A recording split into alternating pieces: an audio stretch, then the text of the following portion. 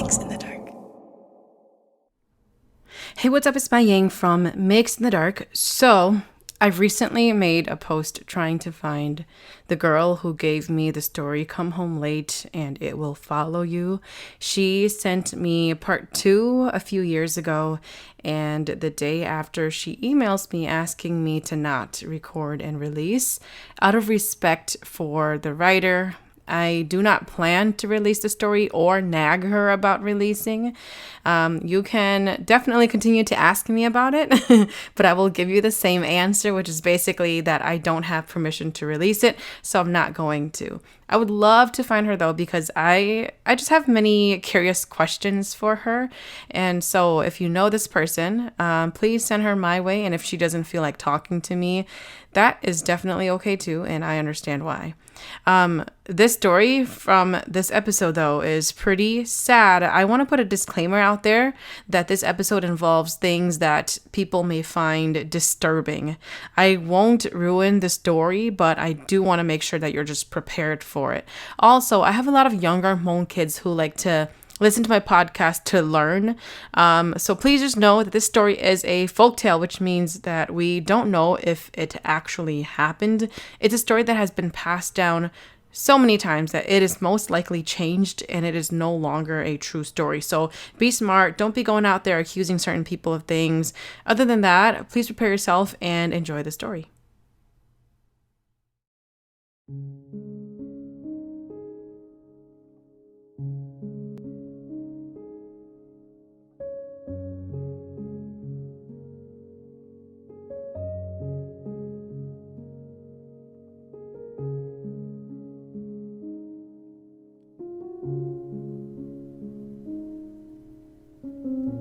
You are about to listen to a story that generalizes the Hmong clan.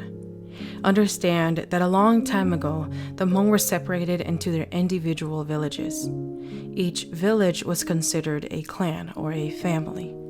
They shared the same last name, and even though they did not directly come from the same parents, the people there considered each other family. Side note that for Hmong folks, this is why it is frowned upon to date or marry someone of the same last name. Of course, we are more modern now. The clans have branched into their separate groups, and those separate groups have no association to each other anymore. So this story about the MaiYangs or Hmong, they have that same concept. Therefore, this does not apply to all Hmongyas. This is more a folk tale than anything. It is a story passed down from generation to generation, and it has been passed down so much that we actually don't know what the true story is and where it came from. Like all stories passed down, the versions also tend to change. This is just one version of the story.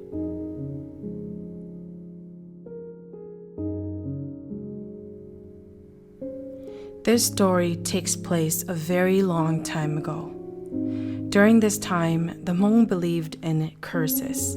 Specifically, they believed that if you do something wrong, karma will get to you, and the gods will make sure you learn your lesson. The Hmong lived in the mountains surrounded by forests and rivers. Anything having to do with the sky, things like rainfall, thunder, lightning, etc., the Hmong believed that it was the gods speaking. Anything having to do with the land, for example, forest fires, floods, bad crops, the Hmong believed that it was the devil's doing.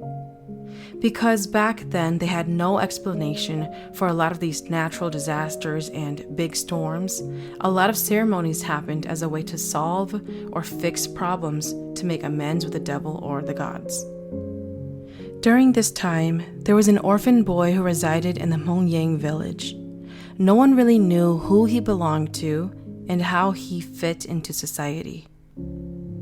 This boy happened to have an intellectual disability.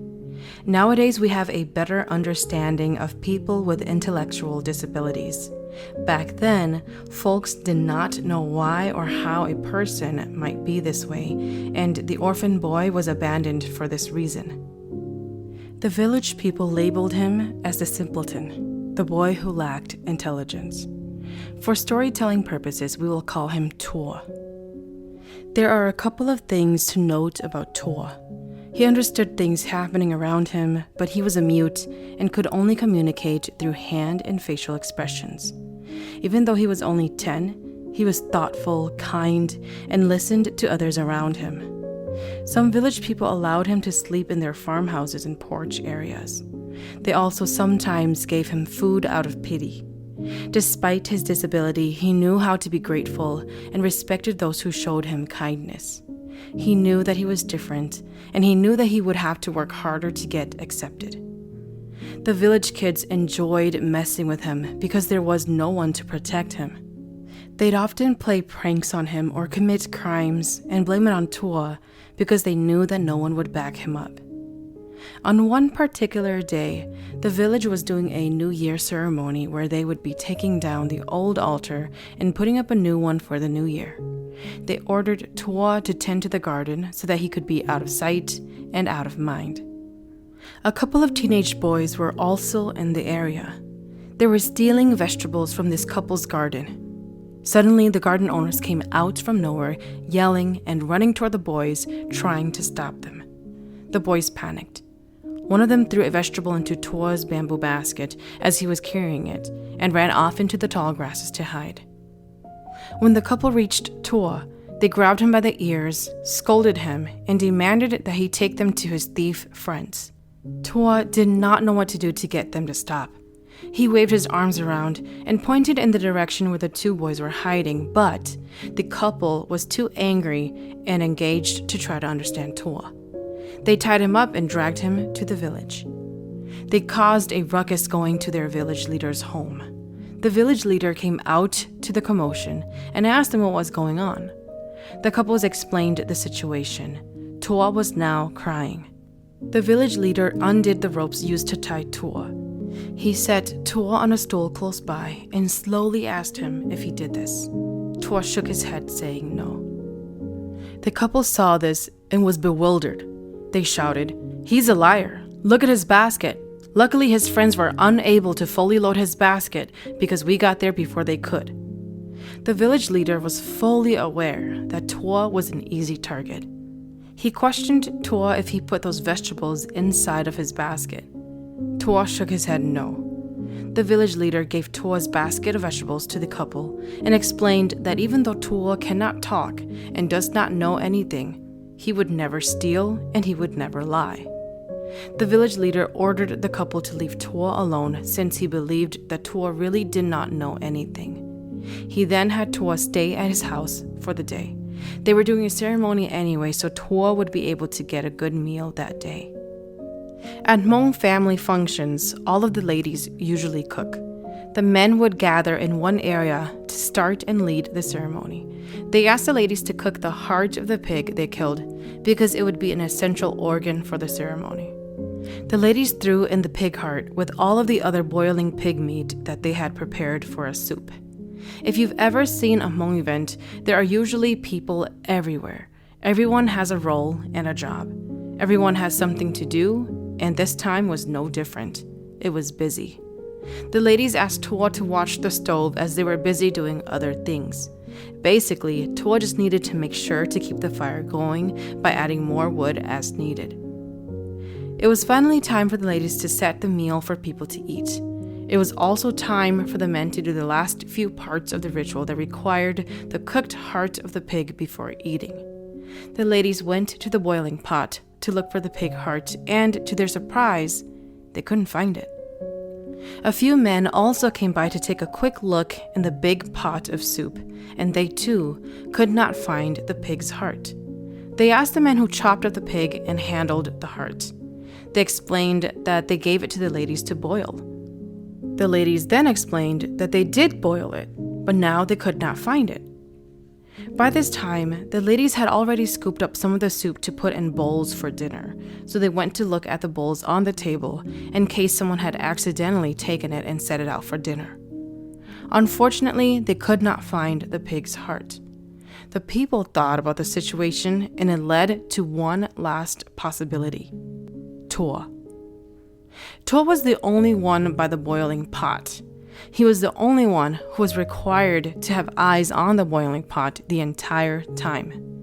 the village leader came over to ask Tua about the pig heart. He asked if Tua saw the pig heart get put in. Tua nodded, saying yes. Then he asked if Tua ate the pig heart. Tua shook his head, saying no. The village leader asked him again. He said, Tua, make sure you tell the truth. You're not in trouble. We just want to know if you ate the pig heart. You were the only one watching the boiling pot, so it must be you or it must have been someone else and you've seen this person take it. Tua just shook his head no. The couple from earlier folded their arms and whispered under their breaths. We try to tell you, he's a thief and a liar. Everyone looked at the village leader expecting some disciplinary actions to start. This was a big ceremony, and anyone disturbing it would be facing the higher-ups. There was a huge silence in the area. Everyone was waiting to see what the village leader would do. They couldn't kill another pig, because that would be a waste. Whispers started to fill the air. People were pointing to the village leader and Tua. The whispers soon turned to confrontations, soon turned into shouting, and then soon turned into chaos. People were angry. Then someone said, "Take the boy's heart." Out of anger, people started agreeing. All of a sudden, someone pulled Tua out of his chair. Then a few others joined in, and all of a sudden, Tua found himself in the butcher area outside of the village leader's house. The village leader had lost control. He shouted for the people to stop, saying that what they were doing isn't right. But at that moment, it was 20 plus people versus one man. The women cried, grabbing their children, and shielded them from what was going to happen. Moments later, the men's voices died down.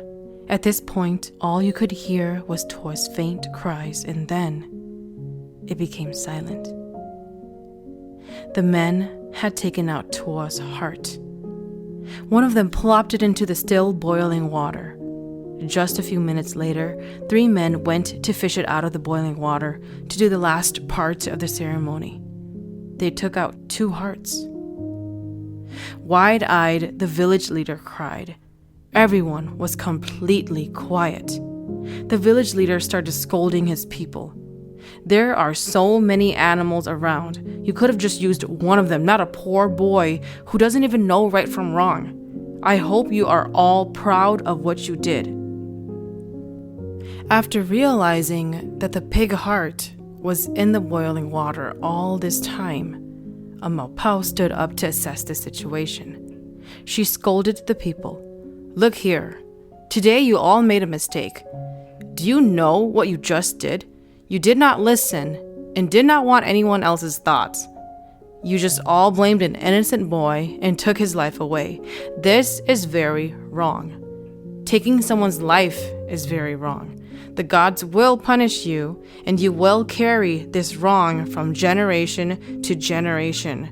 So from now on, you Hmong will never be able to eat any animal organs. If you do, you will fall into sickness and die because you are now cursed from the crime that you just committed.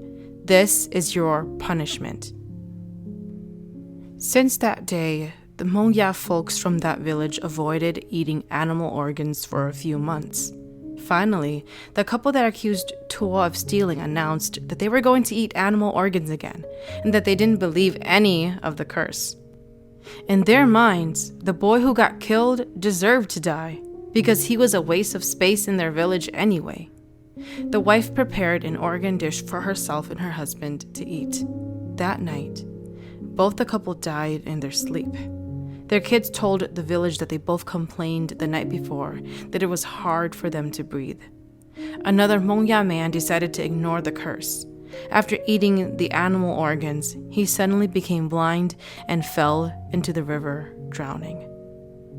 I know some Hmong families that know of this curse, but choose to ignore it and choose to teach their children to not be afraid of this story, and they are perfectly fine.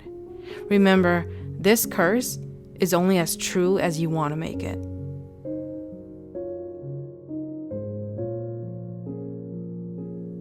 Thank you for listening to Mix in the Dark. I am your host, MaiYang. Mix in the Dark is available on Spotify, Apple Podcast, or wherever you listen to your favorite podcast series. If you have a story that you would like to share, please send it to myxinthedark@gmail.com.